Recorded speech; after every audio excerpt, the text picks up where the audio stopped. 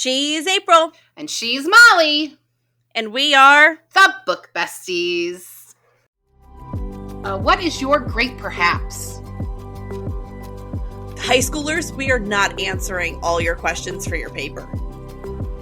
Listen, if he ever actually listens to this podcast, I want to be friends with you, John Green. Please look deeply into my eyes. I want to be friends with you. And that is pretty much 95% of my life, is telling people to stop being idiots. If people were rain, I was a drizzle, and she was a hurricane. Hey! Hi, you. I always smile anytime we say that. I know, it's a lot of fun. It's just a joyous phrasing. And I feel like we could have made the decision to pre-record that and just play that at the front of every episode, but I sort of like that we get to say it every time. And it just, I don't know, it brings me a little bit joy every time we say it. And every time I hear it, every time I preview an episode, I know. I hear Tom's edit of the intro, yeah, I smile uncontrollably. I know. It makes me happy. It makes me happy too. This whole thing. So this whole thing makes me happy. And let me just tell you. So I went back to work this week. I'm at a new school district, and I'm at a new school, and I'm in middle school for the first time in my life. I was a high school teacher, and then middle schoolers. I don't know how I'm feeling about it. But I'm back at work, and this week was hard because it's, learning a new system and learning all the things.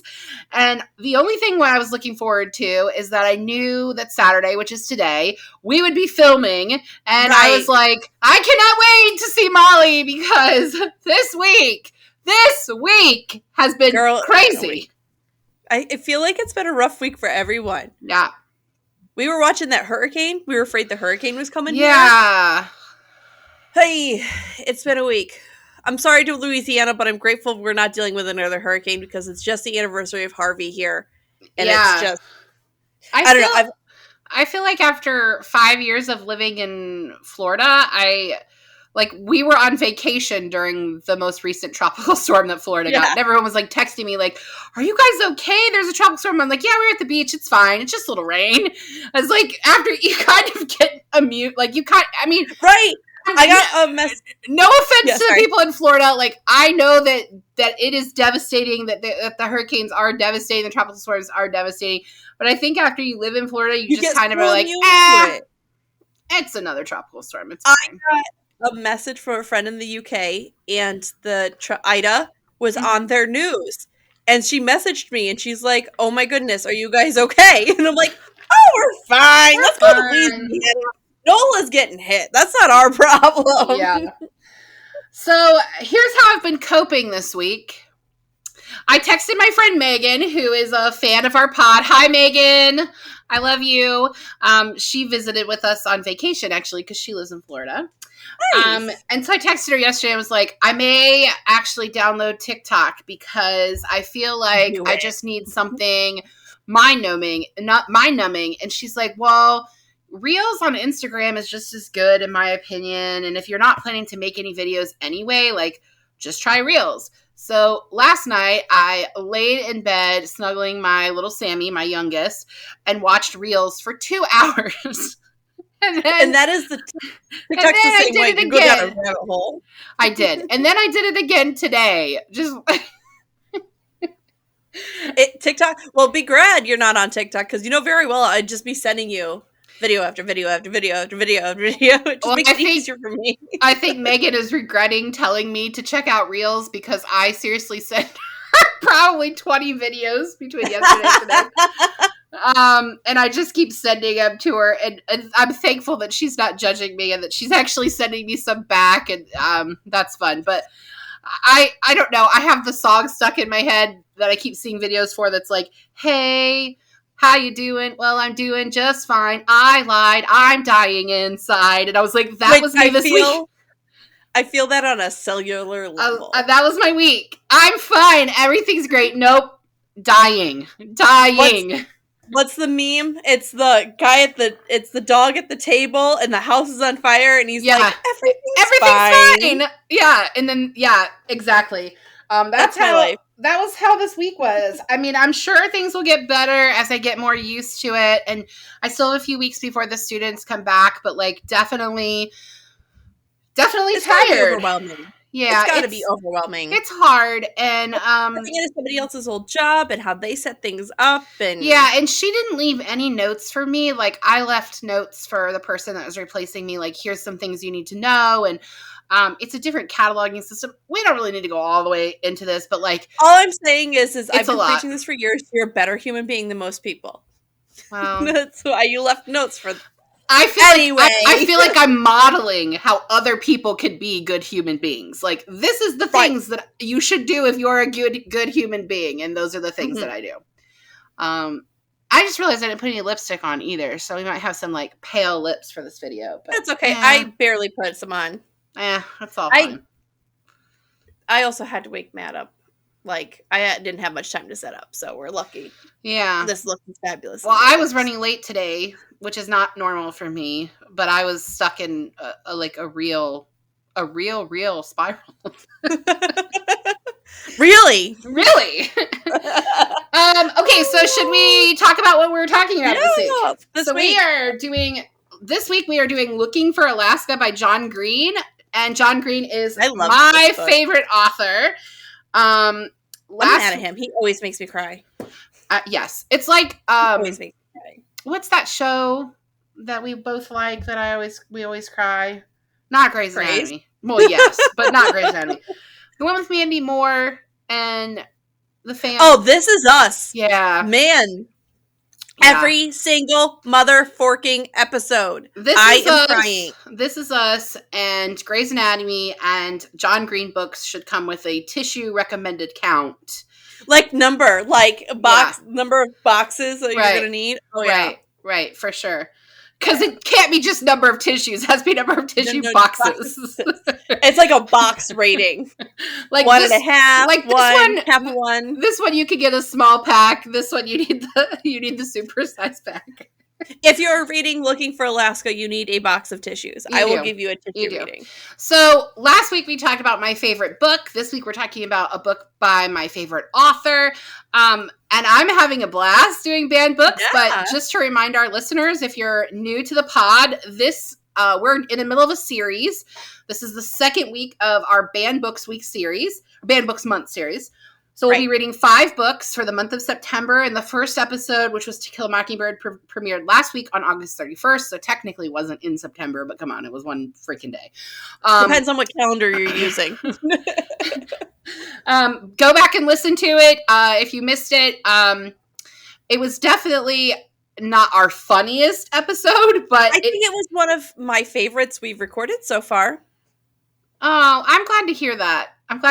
So we are talking about banned books, and that can be a little bit more on the seriousness. But if you missed that episode, go back and listen because we talk about why that book is banned. And so can I go ahead and give a synopsis of this and also explain why this book is banned? So this book is about a kid named Miles, who is very John Green-esque.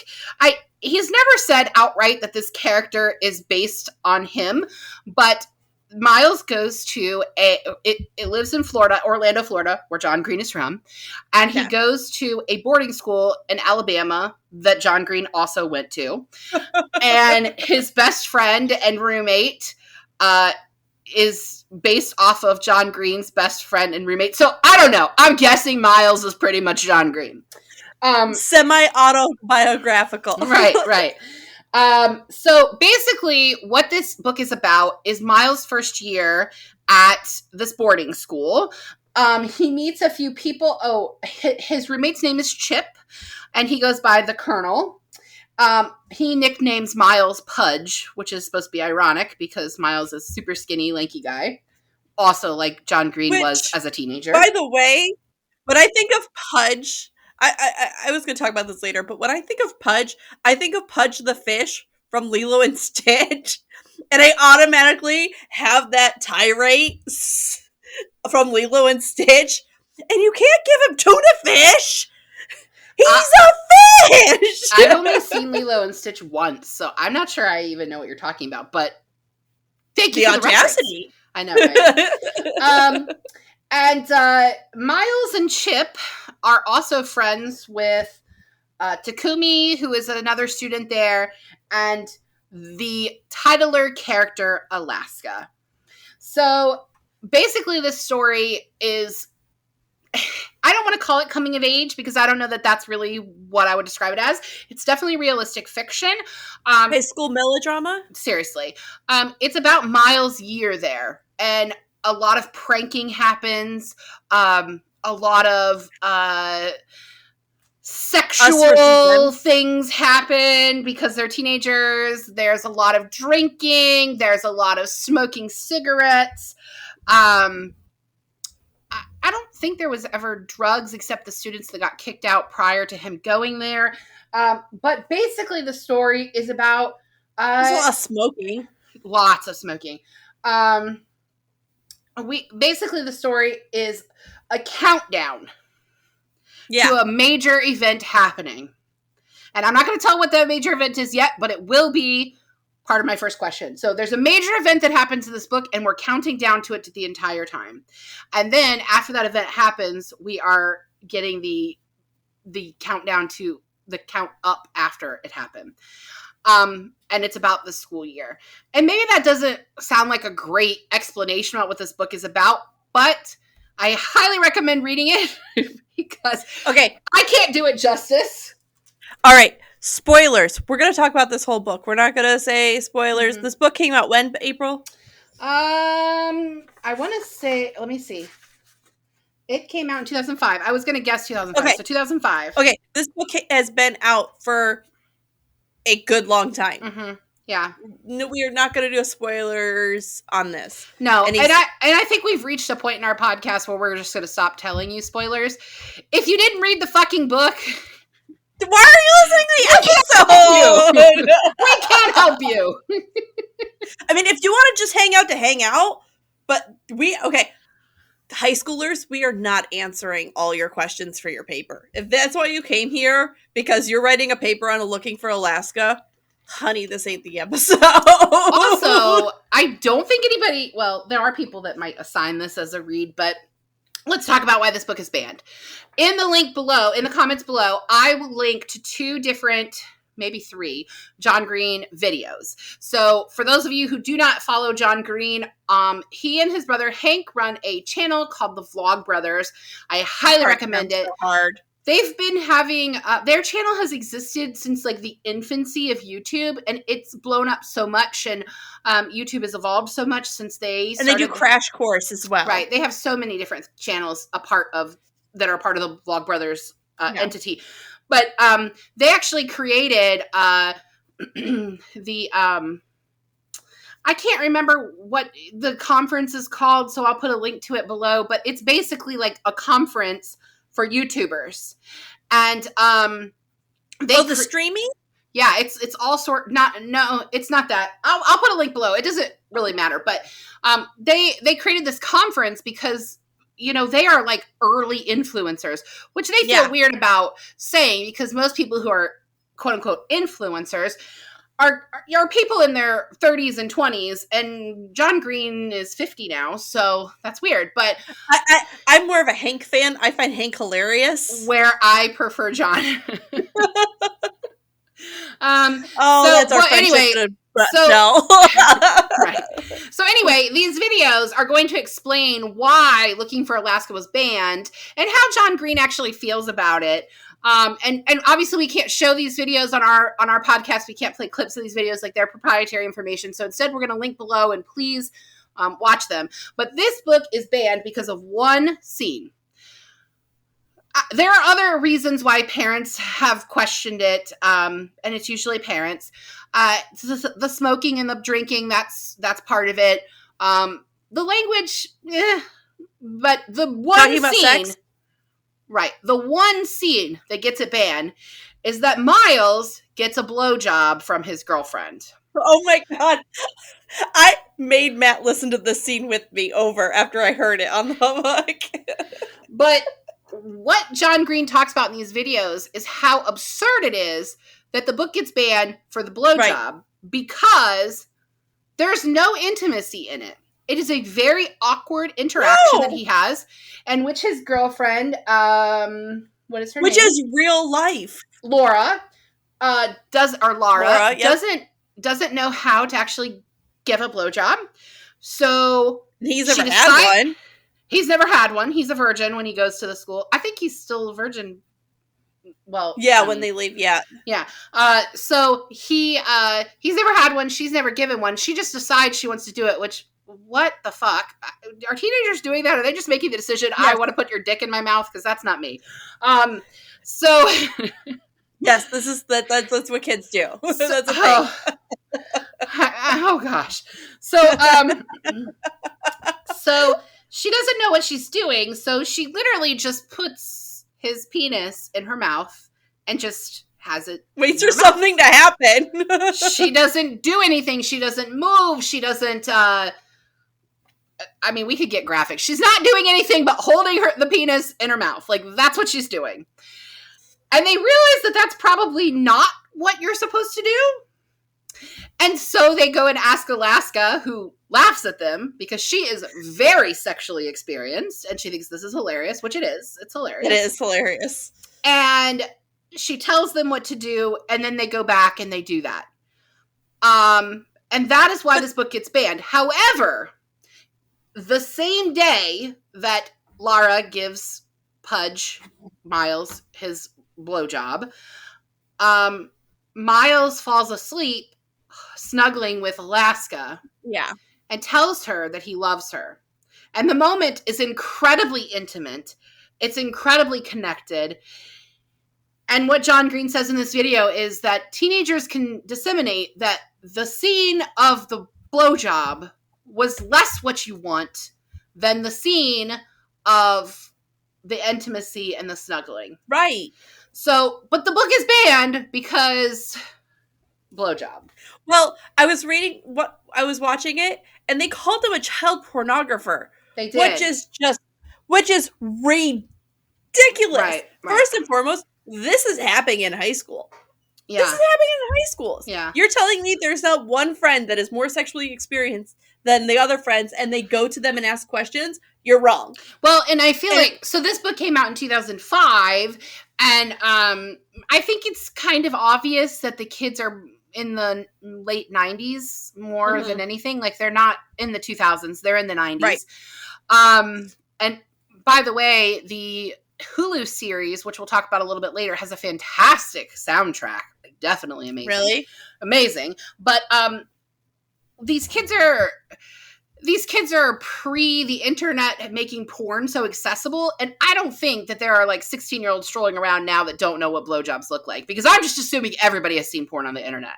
Like, how can you keep them from it? It's everywhere. You know what I mean? Right. So the access is too easy. It's very easy, which is why my kids do not have their own computers, even though they're little, because no. Girls don't use their tablets unless they're in the homeschool room. Mm-hmm. Yeah. That's another story. Yeah. Well, okay, so now we have a little bit of information about this, and so let's start the question. So I want to start with this countdown, Molly. So I know that this was the first time you'd ever read this book, correct? Right. And so for me, this was like, I don't know, fourth time, something like that. Yeah. I've listened to the audiobook and read the physical book and the ebook. Which Will Motherforking Wheaton narrates. Yeah. Like, I lost my... I love Will Wheaton. Yeah. I love Will Wheaton. Does he narrate that? I forgot that. Oh my gosh, I forgot. He narrates Ready Player One too, which we're going to be covering in January. Yeah. And he He's fantastic. He's a great He's narrator. fantastic in that. There He was actually so is good in this. There actually is a secret version of the audiobook for Looking for Alaska that's John Green narrates. Really? I don't know how you find it though. Maybe if I figure it out, I'll put it in the comments below. But there's a video where he like made it for fans. John Green, hook us up. Listen, if he ever like actually listens to this podcast, I want to be friends with you, John Green. Like, please look deeply into my eyes. I want to be friends with you. And I follow Hank on TikTok, and all he pretty much does is tell people to stop being idiots. Yeah. And that is pretty much 95% of my life is telling people to stop being idiots. Yeah. So I feel there's a chance that I could sit down and drink and yell at people and tell them to stop being idiots. I feel like I relate to John Green more than I relate to Hank. But I want to be friends with him. so okay. So Trey has such writing advice that I couldn't imagine. Yeah. Anyways, sorry. So the countdown. The countdown. So this was your first time. So we don't know what we're counting down to. Okay. I was suspicious, but I wasn't 100% sure. There are all these illusions that we could be counting down to the first time that he gets to kiss Alaska. I assumed there are all these illusions that it could be something traumatic. I assumed it was suicide. Oh, like Miles' suicide? No, Alaska's. Well, I don't think you were too far off the mark. No. So how do you feel like this year, this countdown shapes Miles' first year at the creek? Being that the countdown is like post date, right? Well, he's counting. Yes, I think it's told in present tense, but I feel like this is more reflective of what happened. Yeah, right. And I feel like the countdown is like if he was my thought bubble is on this is he kept a journal, right, to tell the story, and then after the fact he went back and started the countdown after, right? As that's how I foresee it as a person that likes to write and imagine how the writing process goes. So like he's mourning Alaska, we're already mourning Alaska, I feel like. As soon as you see those countdowns, we are mourning something. Yeah. Be it his own death, Alaska's death, it feels morbid to me. So I feel like I'm sorry to interrupt your thought here, but I feel like I was looking at it very optimistically. Like I wanted this to be a love story. I wanted Miles and Alaska to sort of have that chance to be something. And so I thought we're leading up to that moment where Miles actually gets the girl. And that's also not too far off the mark because the same day that Alaska and Miles kiss for the first time, we have a very tragic event, and we've already said we're not going to, it's spoilers, who cares? It's super tragic. Where Alaska dies while she's driving under the influence. So the countdown is actually, there's both of those things happen that day. So how does that really shape his first year there?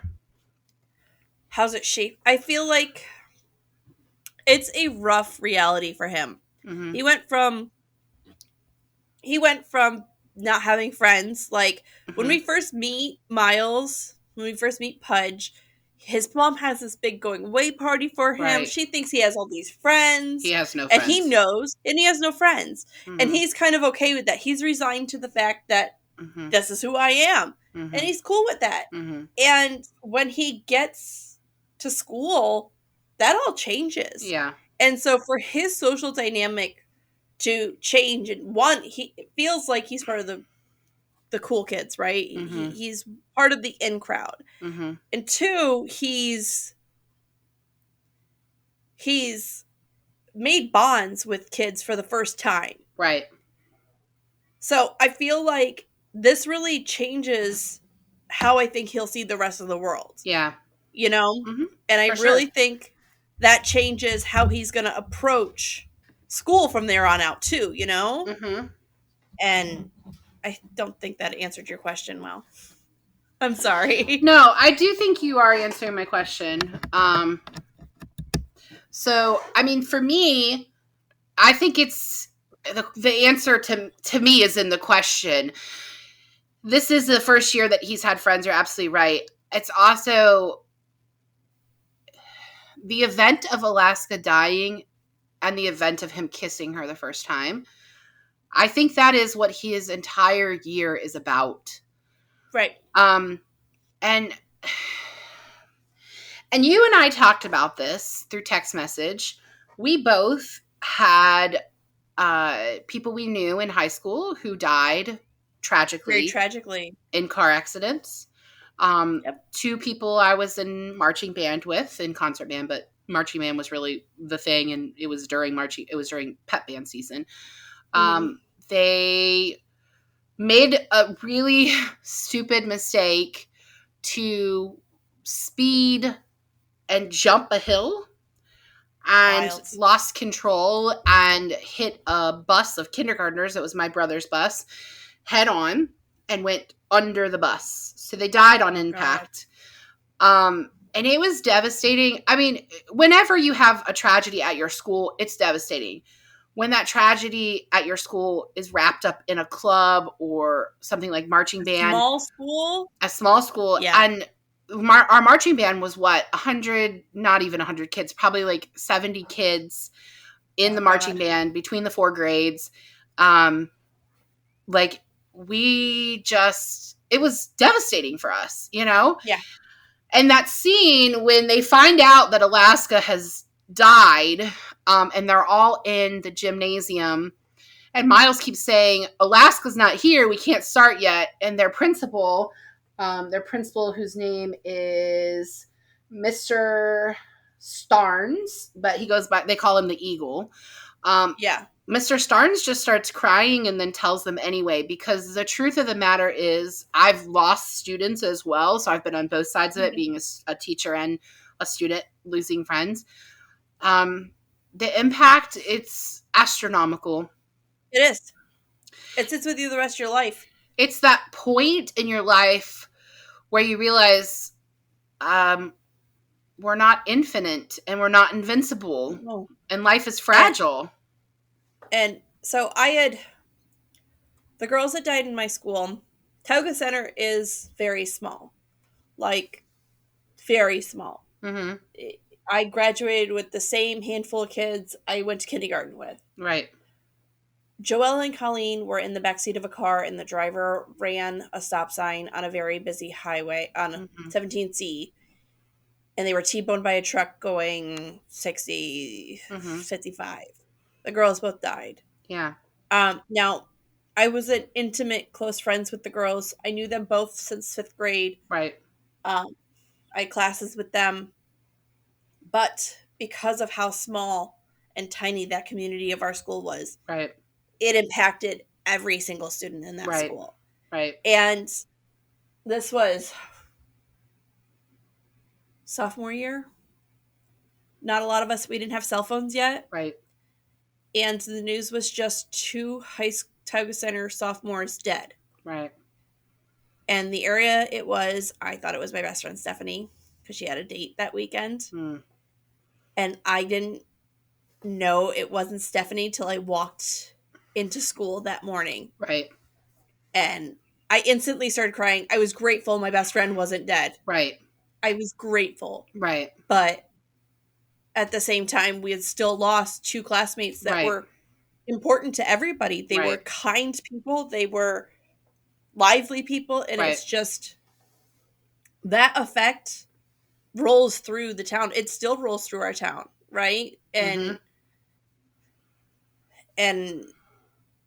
they were in field hockey, and the field hockey team took it the hardest, as you can imagine, because they lost their best friends. Right.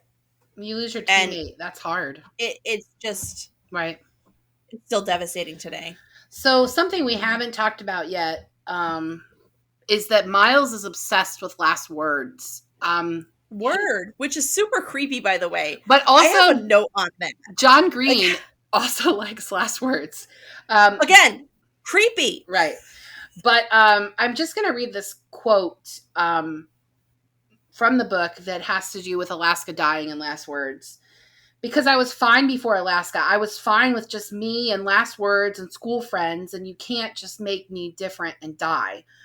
For she Right. had embodied the great perhaps, which we also haven't talked about that yet, but we'll come back to it. For she had embodied the great perhaps. She has proved to me that it was worth it to leave behind my minor life for grander maybes. And now she was gone, and with her my faith in perhaps. I could call everything the colonel I could call everything the colonel said and did fine. I could try and pretend that I didn't care anymore, but it could never be true again. You just can't. You can't just make yourself matter and then die, Alaska, because now I am irrevocably different, and I'm sorry I let you go, yes, but you made the choice. You left me perhapsless, stuck in your goddamn labyrinth.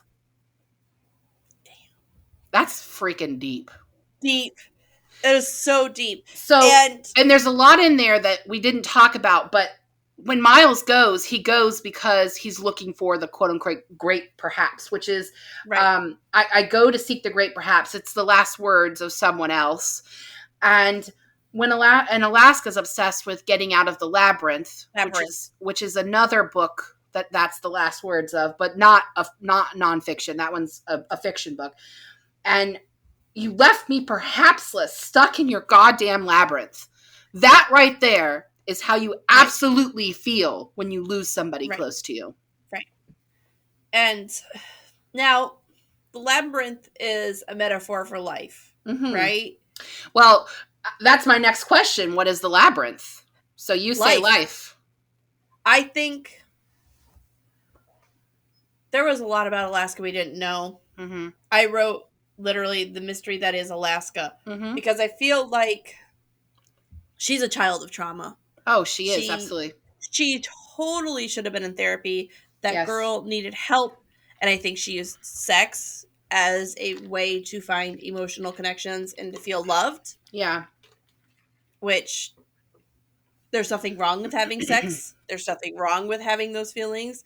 But using sex to cover up greater, deeper, struggling emotions. It was a coping mechanism for sure. It was exactly.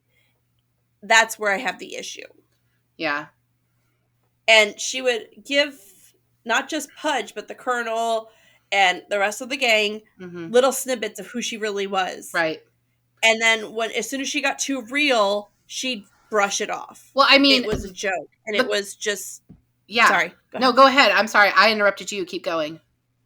Like she brushes it off, right? She suggests a prank. Let's go smoke. She just will do anything to deflect from the fact that she was finally sharing something real about herself. Well, and the Colonel knows her since they were freshmen and they're juniors at this point, and he didn't even know that Alaska's mother had died when she was a child and she saw it happen. Like, her mother dies of a brain aneurysm, and Alaska doesn't call 911. And so she's still holding that against herself years later, that as a 7-year-old, she didn't call 911. But that's not her fault. I mean, a brain aneurysm actually killed a friend of mine a year ago, and there's literally nothing you can do about it. No. I mean, Derek Shepard isn't real. Like, no. If you have a brain aneurysm and you don't know it's there, it's going to kill you. It's a time bomb in your brain. So she really shouldn't have held that against herself. But, all right, so you think the labyrinth is life. So how do you get out of it? Death? Molly, that is like...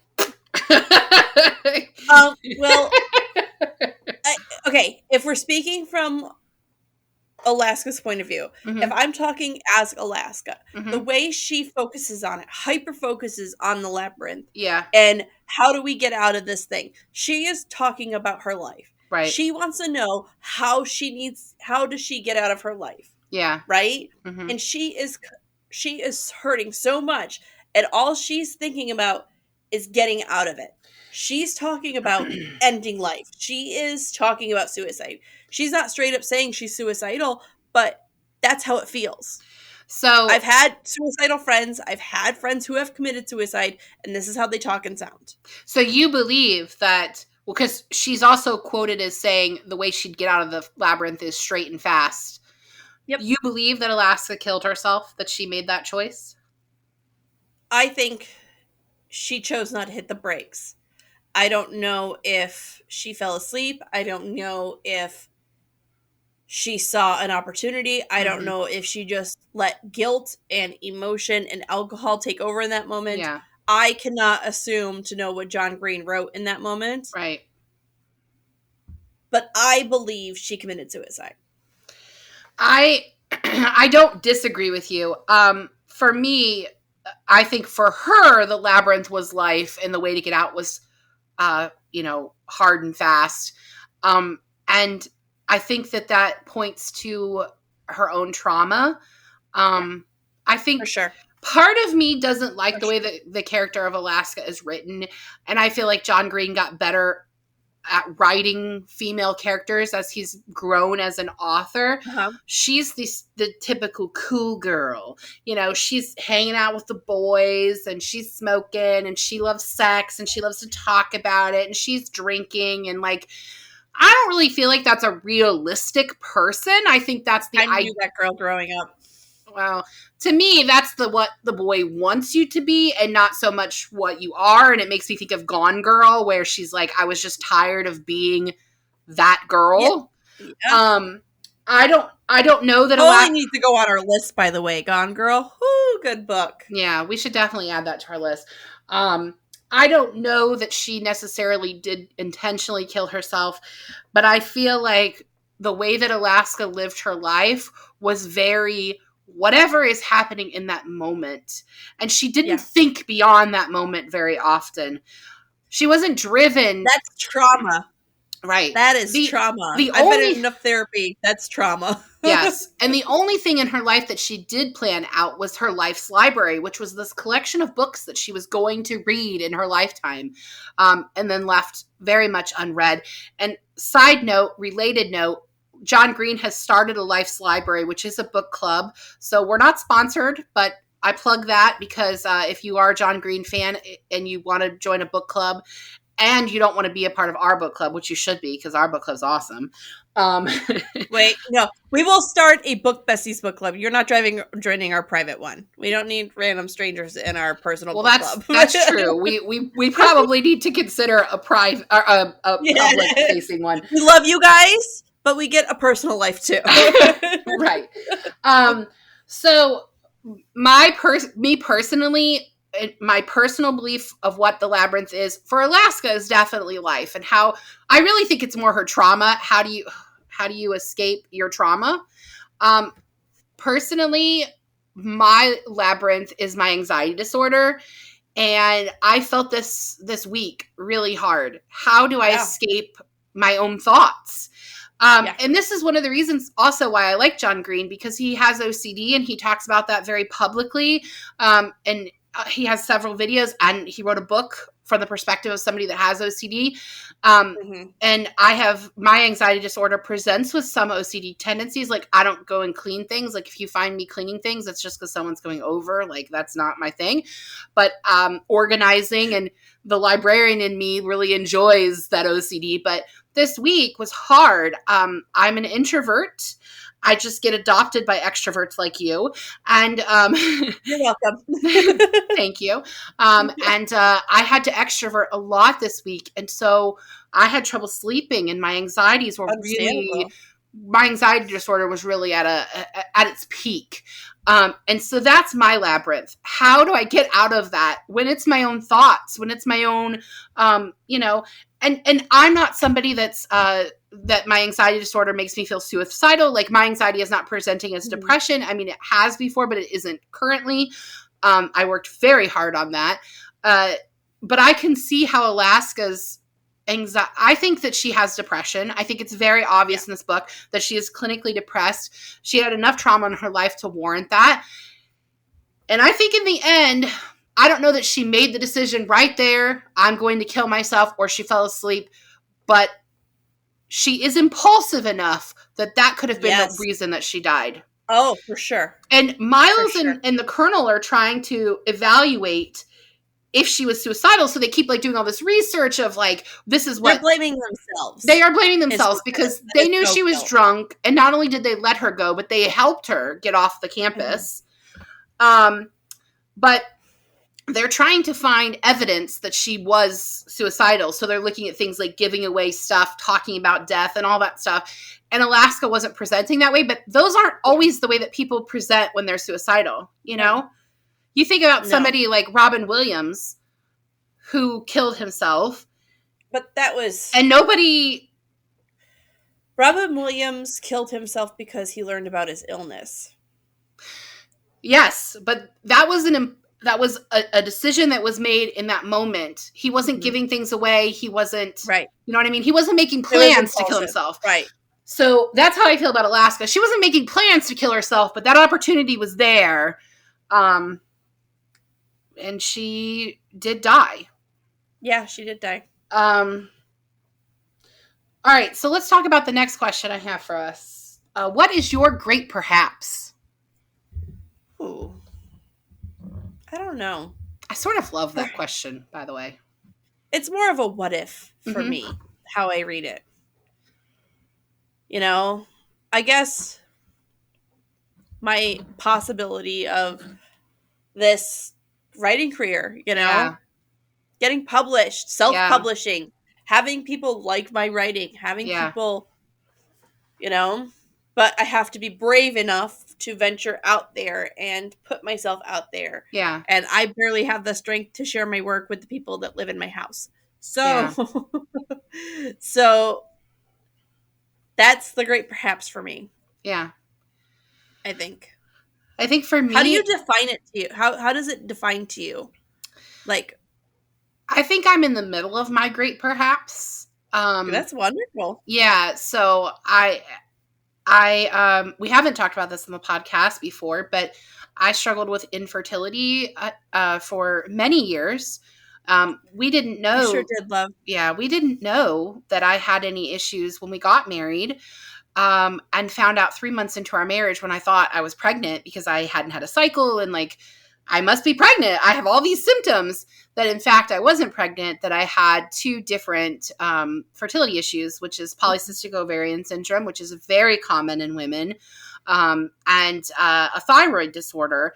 And both of them make it incredibly difficult to get pregnant and stay pregnant and carry a baby to full term and actually deliver a healthy child. And we tried for 2.5 years before we even got pregnant with James. And I know women and men who are listening to this podcast, if you are still in the middle of a fertility struggle, I am not at all the expert on this. And I am not at all... if you've chosen to stop your journey and find and seek another path to parenthood, be it adoption or what have you, I am not at all minimizing what you did. What I wanted was to have biological children that I carried. And we had 3 different doctors tell us that wasn't going to happen. And 2.5 years later, we got pregnant with James. And I had a very difficult pregnancy, as Molly knows. I was hospitalized. I was there. Yeah. I was hospitalized several times. And I was on bed rest for a great deal of my pregnancy. I was very sick, but we had James and he was healthy and he's wonderful. He's magic. I love to say that about him, that he's magic. He is magic. He is your magic baby. Yes, he is my miracle. And then 3 years later, we tried again and actually got pregnant relatively quick that time and had Sam. And literally just yesterday, Tom was like, what would the world be without Sam in it? And I was like, people need Sam. They need a Sam because he is like all the good things. He's such a joyful little dude. He really is. He's such a joyful little dude. He really is. He has all the good things. And they're both my miracles. And so I feel like my great perhaps was motherhood. And like, I'm living that now. I have these 2 wonderful children who I love unconditionally. And got me tearing up over here, you asshole. I'm sorry.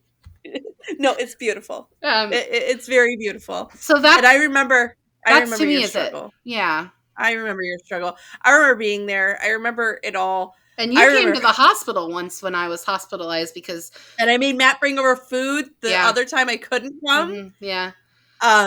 And our friend Heather, we have a mutual friend Heather who brought like pillows and all sorts of stuff. Like she also did a lot of praying with you, which I mm-hmm. thought was important for you at that time. Yeah. She was a very good friend to us during both of us during that time. I remember getting pregnant with Livy and feeling awful. Yeah. Knowing what you guys had been going through and you guys didn't necessarily want anymore. I mean, Piper did try killing me. Right. So, right. For those that don't know, I had eclampsia during labor with Piper Addison. Mm-hmm. I had 2 seizures in labor. Mm-hmm. After she was born, the doctor looked at Matt and says, "You're lucky they're both still alive." Yeah. And you didn't even hold her until she was like a couple days old, right? I had my first seizure Saturday morning in my apartment in Corpus. I woke up Monday morning in a hospital room with a baby that you didn't with know. A baby that was in a NICU. Mm-hmm. Piper ended up having a stroke at some point in utero. She had a dormant brain bleed, so they were concerned that there was going to be neuro difficulties. They were watching her heart and her lungs, and she was full term. But because of the preeclampsia that I didn't know I had, it was bad. And I'm sorry to interrupt, but like, what a testament to the brain of babies that Piper is freaking brilliant and has no she has no remaining residual issues from that at all, and she's like so freaking smart. So freaking smart. So this is so funny. So they referred us out to, when we transferred here, they referred us to a child neurologist here, and he was young, and Dr. Busapali. I will praise, anytime anybody talks about a child neurologist, I will always praise this man. So they made us go see Dr. Busapali for a year straight. If we had a well child, we had a visit with Dr. Busapali, and he would check all of her brain function. And I remember our last her 12-year checkup. He looks at us, he looks at her, and he goes, "She's healthy as a horse." He goes, "If she falls and doesn't get up, call me. Other than that, have a good life." and not even like 18 months later, I don't remember if you remember this.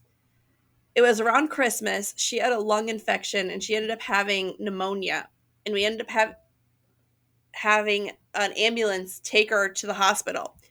And we're in this hospital for like 3 days, not even but just enough to get her oxygen levels back. And on day 2, you hear running in the hall. It's Christmas Eve. There ain't nobody there. Right. You hear running, and then this man goes streaking past our door, and then he stops and runs back, and he goes, "What happened?" It's freaking Dr. Busapali. He saw her name on the nurse's board and thought the worst. And he goes, "Why didn't you call me?" And I go, "It's not her head." And he goes, "It's her lungs, not her brain." She's still cognitively fine. Yeah, that's a great doctor. That's awesome. Yeah, it was funny. So, but when she says we weren't planning Liv, we found out we were pregnant with Liv 2 weeks before Matt had a vasectomy schedule. Yeah. But I mean, we didn't plan to have kids after James either, and then we changed our mind and had Sam. And I often think about how, and I'm sure that you feel this way too, in terms of Liv. I often think about how incomplete our family would have been without him. The world without Tater would be weird. She is Lucille Ball reincarnated. Yeah. That child is hilarious. She has a big heart. Anyways, we're off subject. Topic. We went all mom and but that is, I feel like that's my great perhaps, and I'm living that now, motherhood, and that I don't want to take away from my children. I think my children are beautiful, but I feel like maybe their purpose in life is bigger than mine. And I think possibly, I mean, you've met my kids. Yeah. I think those girls are going to change the world. They've already changed our worlds. Yeah, why wouldn't they change, everybody else's? Yeah, absolutely. Okay. Moving on to Depths of Alaska. So this is kind of a big part of this book is the kids play pranks on each other, which I mean, Yes. I imagine that happens in any high school, but I imagine especially if you're at a boarding school, like, Well, and they're would so far definitely away happen. from the world. I Yeah, feel like they have to figure out how to entertain themselves. they do. Yeah. So, did you have a favorite prank from this book? I don't know. I don't know. They made me uncomfortable. Really? Yes. I'm more of a confrontational person when it comes to um when people get up in my business, and they're very and there's a very much us versus them thing when it comes to the kids that live in town and versus the kids that live at the school, right? Yes. And a lot of the pranks are an us versus them prank. Yes. And instead of sitting there pranking someone, if I were in their shoes, instead of pranking someone, I would be like in somebody's face. Right. And like, what the hell's your problem? Right. And I don't know. I feel like it's a great way to like entertain yourself, but I don't feel like it's a great conflict resolution. I mean, yes, I agree with you. I'm not really one for pranks either, but I think the prank, where they do a pre-prank to do the actual prank, my favorite part of that is when Miles and Takumi are running through the woods, letting off all these firecrackers, and Takumi puts on a hat that's a fox. And he says, "I'm the motherfucking fox," and he just like Takumi. Oh, he just keeps going, "I'm the motherfucking fox," and like that's what empowers him. And I think that is really funny, and it's I don't know. That was probably my favorite of all of them. I do not like that they duct tape Miles like mummy style and throw him in the lake. That upset me so much. Like he straight up could have died. Right. That's not a prank. No.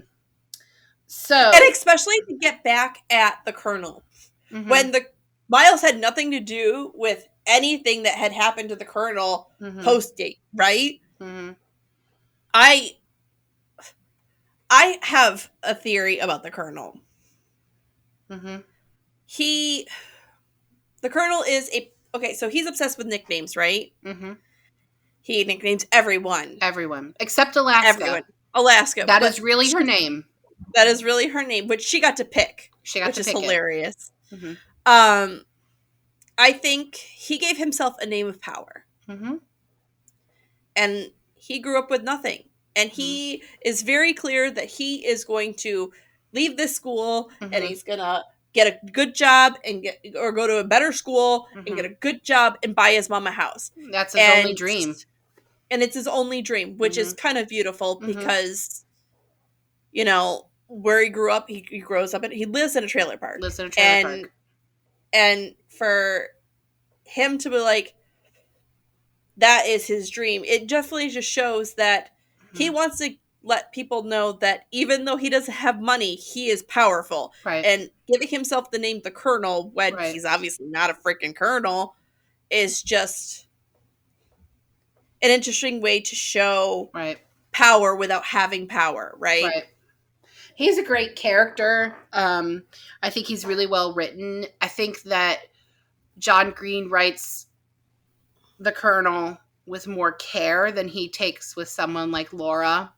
And I do think I love this book. It is one of my... So John Green has written, I think, 6 books of this, 7 if you count the one nonfiction he just released. I think that's right.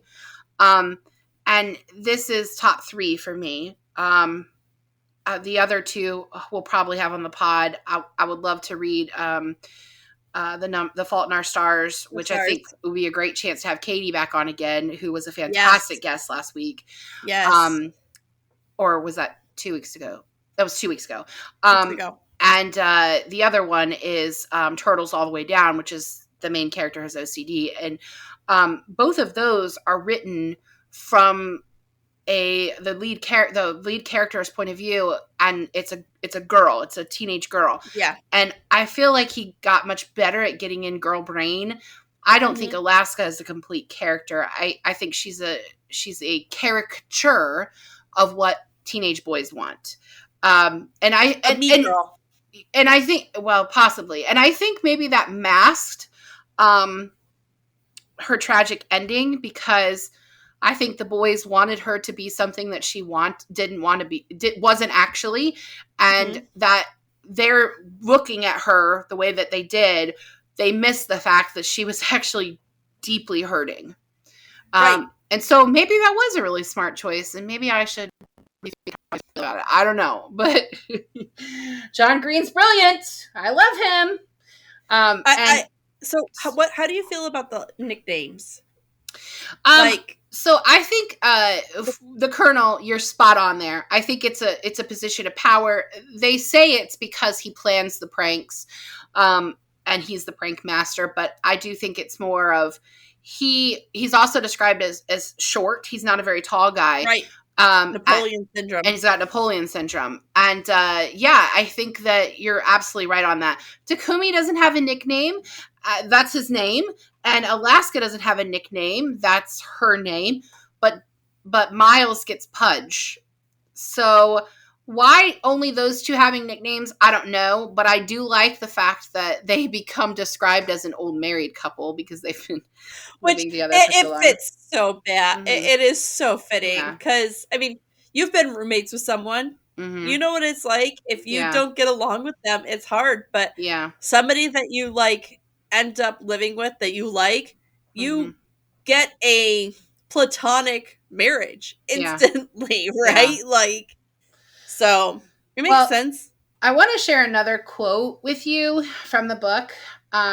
This is Miles describing Alaska.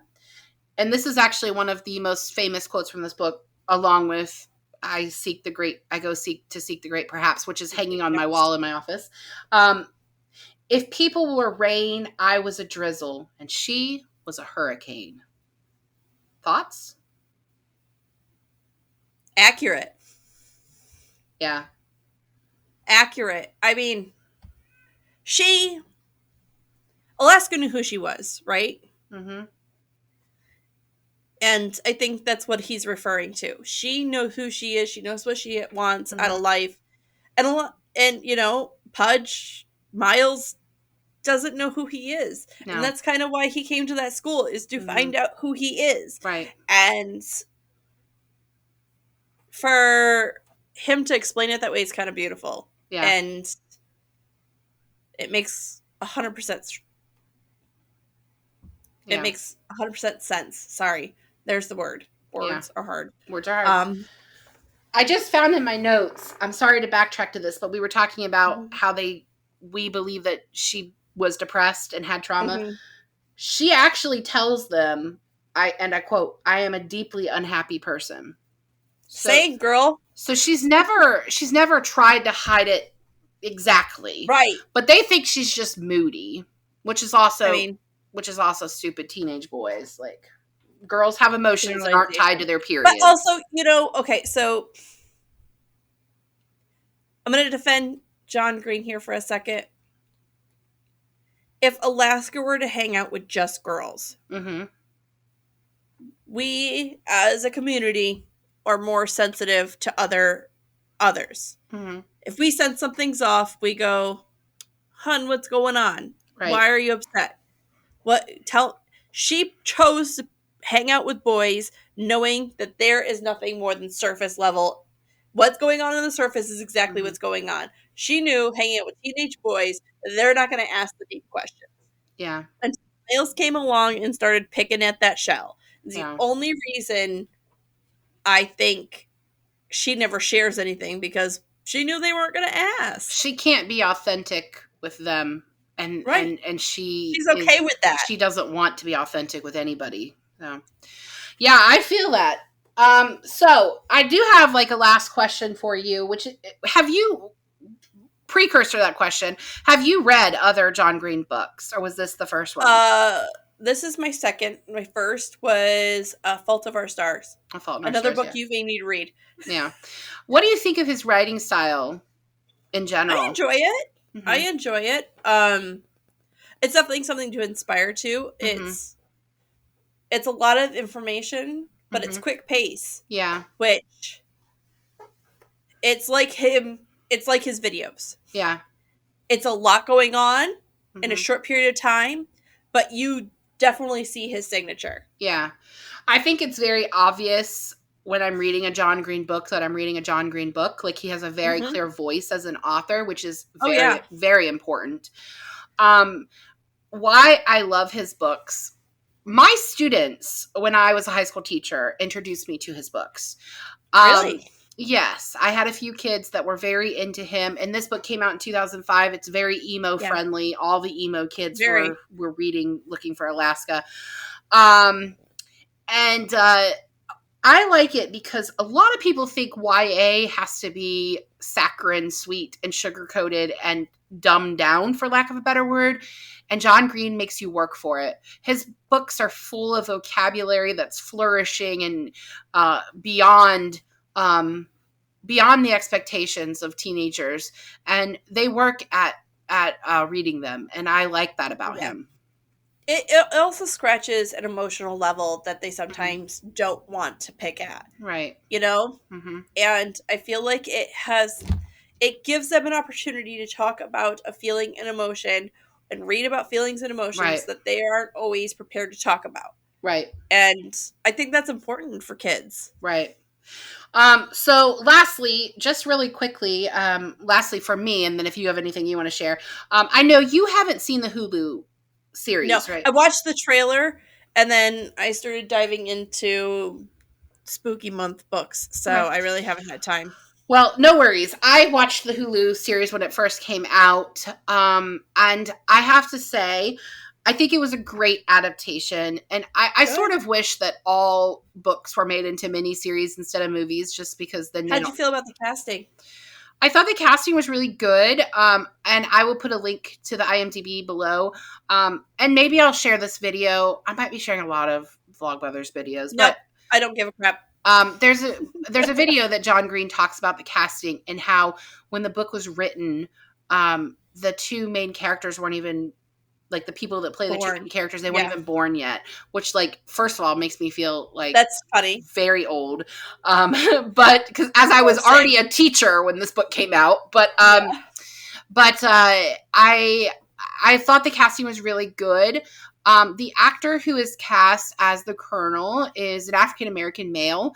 And that to me was surprising because I never pictured the Colonel as Black. I always saw a short white guy in my head. I guess because I was being very stereotypical of the trailer park white trash was what I was going with. And having when you grew up with it. Right, exactly. And having it be a Black male was surprising to me, but the actor who played him, he could have been purple and I'd have been like, damn, he is absolutely the Colonel. So, I thought it was really great, well cast. The series was on point. They do have a warning at the beginning of each episode because their TV shows are not showing smoking anymore. And they do in this show. They show smoking and drinking. And that's not really happening. I mean, even adults aren't really smoking on TV anymore. Right. So, but I thought it was really well done. The only part that disappointed me is when you read this book, you don't know that Alaska's going to die. And the series starts with the image of a car crash. Spoiler alert, jerk faces? Right. It doesn't show Alaska being in there, but it does the whole countdown like the book does. So it insinuates it. So it insinuates that this is someone's going to die in a car accident. So that part I did not like. But everything else, I thought it was really well handled. I liked it a great deal. And I thought the casting was spot on. The girl who plays Alaska, I do not know her name. I've never seen her in anything else. But they could not have picked a better Alaska. She is 100% Alaska. So yeah.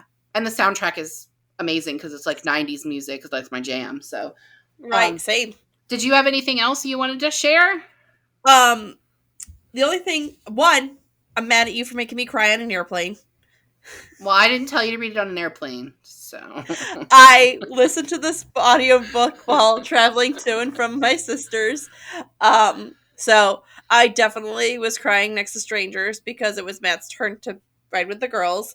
And then 2, oh my god, Ambrosia.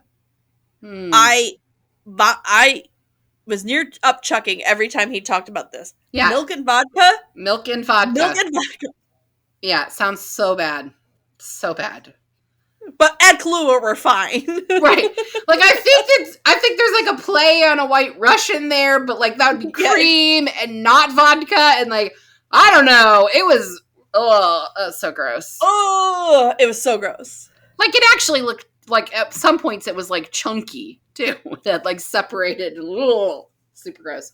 But you know, the kids were trying to hide their alcohol. I mean, there were girls that literally cut a Bible open and put a flask in it. So I mean, teenagers. I mean, same, boo, same. I don't want to hear that, Molly.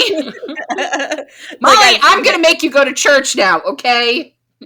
You think I've owned a Bible? That's funny. Oh, now I have to send you a Bible. Like, what are you doing to me? No, I don't have time for that reading. I have a list from now till next May.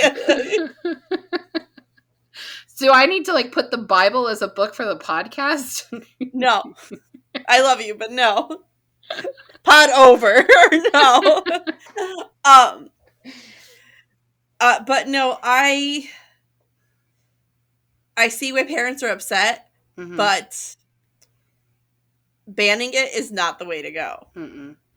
This book is, honestly, it's important because this is what kids do. Kids drink on the weekends. They smoke in the bathroom. Like, I mean, they do these I things. didn't do those things, but I do realize other people do. Right.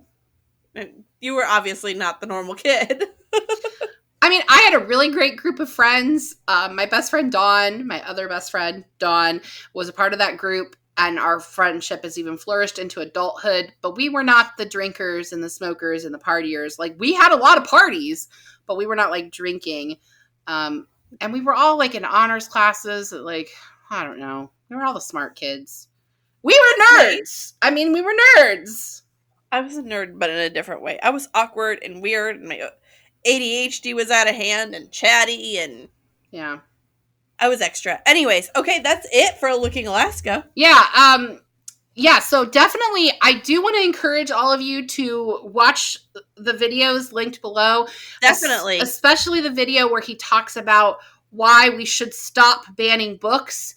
He makes some very valid points about letting librarians do their fucking job, which, thank you, John Green. Word. Just let me do my fucking job.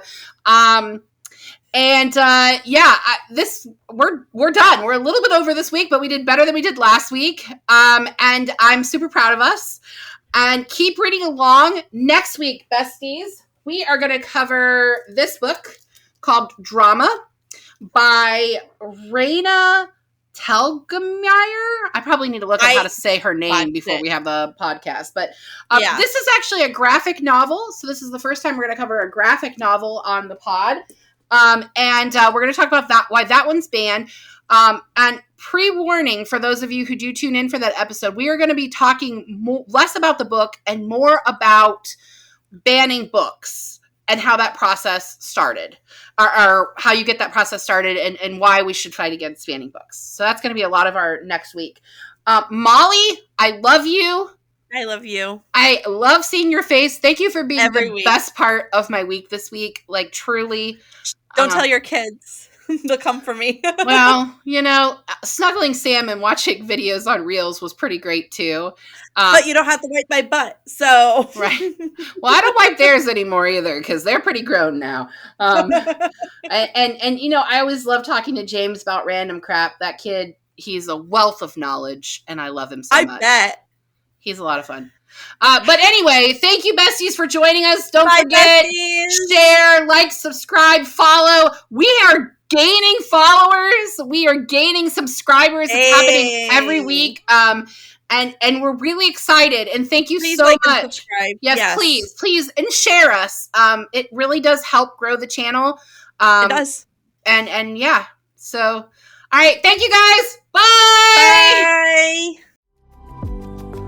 Bye. Thank you for joining us on Book Besties. Don't forget to like and subscribe. The views discussed here are those of Molly and April, not those of anyone else. Today's book was Looking for Alaska by John Green. Your Book Besties are Molly Biggs and April Watkins, editing by Thomas Watkins, and music is Sleep Sweetly by Brigida. Don't forget to follow the Book Besties on Facebook, Instagram, Twitter, and YouTube. If you'd like to contact the Book Besties, please email us at bookbestiespod@gmail.com. In this episode, we discuss suicide. If you or someone you know is thinking about suicide, please call the National Suicide Prevention Lifeline at 1-800-273-8255.